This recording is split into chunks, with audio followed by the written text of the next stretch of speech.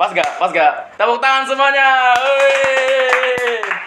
Oke, kali ini kita akan ada kedatangan tamu. Sebenarnya kita ada podcast di sini ya, podcast Pelajar PAOK. Kita akan bahas isu-isu mengenai kurikulum Merdeka. Oke, kita sambut saja Ray Maheswara. Gila. Tadi gimmicknya udah bagus belum? Udah bagus belum gimmicknya? Aduh. Tadi sampai nyanyi segala loh gua. Maksudnya saya effort gitu. Aduh. Oke, Ray, apa kabar Ray? Ray Maheswara. Oh ya, baik. Ini tangan gua udah kayak gini. Tangan saya sudah gini. Oh ya, maaf. Ya, oke. Jadi, selamat datang di podcast saya ini, podcast Pelajar PAOK. Kita coba bisa say hi dulu ke kamera. Halo. Halo, ya. Nah, jadi seperti yang kita tahu ini 2025 ya. Ya. Udah banyak sekali isu-isu yang beredar.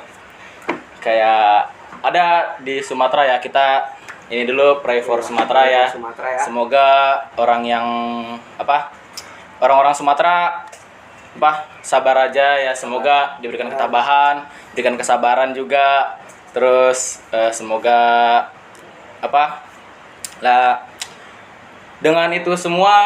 dengan kejadian itu ada timbal baiknya gitulah dari Tuhan ya gitu. Amin ya rabbal alamin. Oke. Memang di Indonesia baik-baik isu, tapi kita akan mengilas tentang pendidikan. Nah, ya kan ya? Pendidikan, oke. Nah, kalau di pendidikan ini dari yang lalu-lalu deh, sekitar 2024 baru aja Indonesia meresmikan ada namanya kurikulum Merdeka kan. Ya, 2000. Menurut saya tuh kayak sekitar 2024 Maret kayaknya. Maret April gitu, Maret ya 2024. Itu dari Nadiem Makarim kalau nggak salah tuh. Itu yang meresmikannya. Nah, tapi kan sebelum ada kurikulum Merdeka sendiri kan. Itu kan ada yang namanya kurikulum 13 ya? Kurtilas ya? Ya. Kurikulum 2013 maksudnya ya? Betul. Oke. Nah, kalau dari Ray sendiri tuh gimana tuh? Itu dari kelebihan kekurangan deh coba. Kelebihan kekurangannya. Iya. Jelas banget ada perbedaan yang sangat jauh dari kurikulum 2013 sama kurikulum Merdeka. Iya. Kurikulum 13 itu lebih ya? Ini banget gak sih kayak ada, tahu gak sih kalau di Merdeka itu kan kayak banyak project ya kan? Banyak. Apalagi kalau di 2013 tuh terlalu ke buku banget gitu materinya. Padat. Emang semuanya materi semua dari buku. Jadi pelajar itu dituntut untuk belajar dari buku.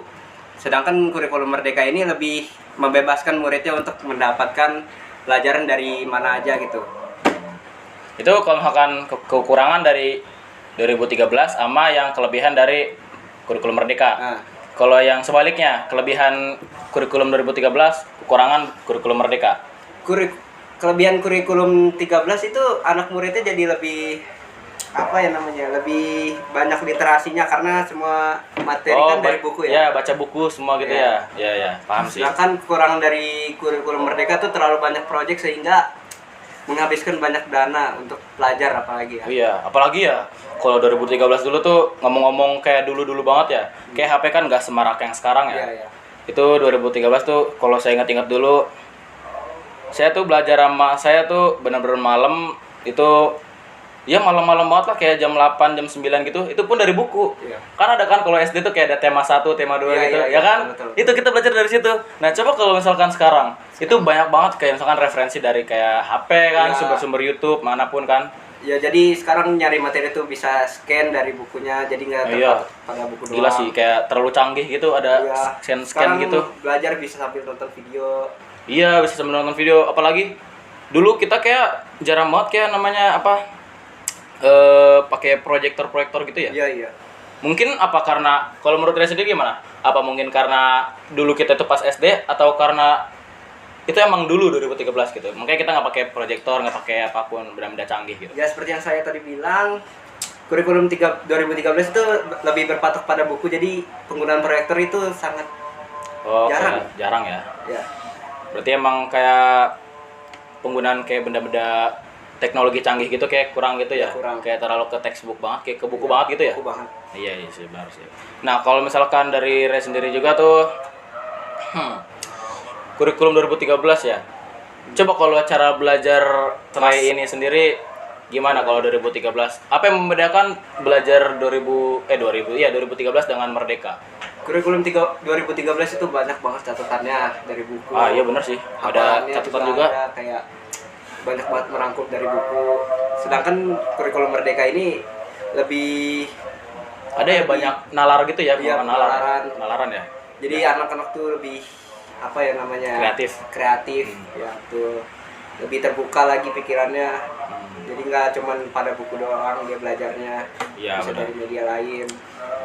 Ngomong-ngomong ini ya, ngomong-ngomong kita sambil ngobrol-ngobrol gini, Ray lapar gak sih sebenarnya? Wah, ya lapar. Nah, tapi kebetulan ngomong-ngomong kita lapar gini, kita akan mendatangkan seorang ini bisa disebutnya apa ya? Klien ya, apa gimana tuh? Namanya tuh Sebastian, namanya Sebastian.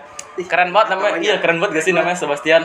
Oke, kita sambut saya. Sebastian, makanannya mana? Tepuk tangan, tepuk tangan. Gila banget. Nah, ini dia. Punten Pak. Ini ada namanya apa sih? Keripik, Mas Sebas apa keripik? namanya keripik pisang. Oh, keripik pisang. Oh iya benar. Khas Keren banget. Majalengka. Ini makanan. Iya, Minuman maksudnya minumannya mana iya, nih? minumannya ya? Iya, minuman. Oke. Nah, ini bisa coba dulu Ray nih, Ray. Enak tau, Ray. Ini tau nggak dari mana nih? Coba. Dari Mama Ray. Enak banget, Ray. Enak banget. Tapi enak gak? Jujur, enak kan? Enak iya. Dari Mama Ray nih. Minuman sponsor. Tapi ngomong-ngomong Mama Ray ya, namanya kok ada Ray sama kayak Ray juga gitu. Mama Ray dengan Mas Ray. Kebetulan mungkin ya, Pak Ray, kebetulan. Iya sih bisa jadi. Iya, makasih Pak Sebas. Silakan. Nikmati makanannya. Silakan duduk. Ya saya Iya. monggo permisi. Izin minum ya. Ini minum saya mana tadi ya? Yang mana? Ini. Ini minum saya. Hmm. Oh ya. Tapi jujur enak sih. Enak. Nah, menyangkut kembali lagi dengan kurikulum Merdeka ya. Sebenarnya apa sih yang harus di kurikulum Merdeka ini kan banyak project lah ya. Apalagi dari pengalaman saya tuh project-projectnya udah banyak banget, apalagi saya pas kelas 12 ini sekarang ya, kelas 12. Iya.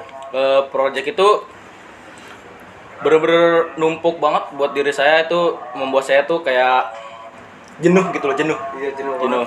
Nah, kalau dari Ray sendiri, apa yang harus sebenarnya kita lakukan gitu loh, biar kita sekiranya apa maksudnya tuh proses pembelajaran seperti apa sih yang efektif gitu? Iya, yang efektif. Jadi nggak harus kayak misalkan apa memang harus tetap dengan proyek-proyek seperti ini gitu apa gimana? Project ini bagus sih sebenarnya buat mendongkrak nilai ya. Tapi ya kembali pada anak-anak sendiri, mereka terasa terbebani gitu dengan proyek-proyek ini, apalagi setiap mata pelajaran ada proyeknya.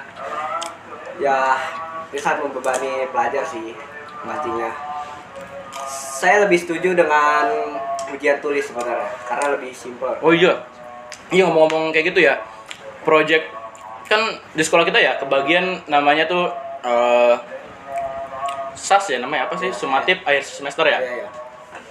Nah, yang membedakan tuh ternyata ada ujian tertulis dengan project. Iya.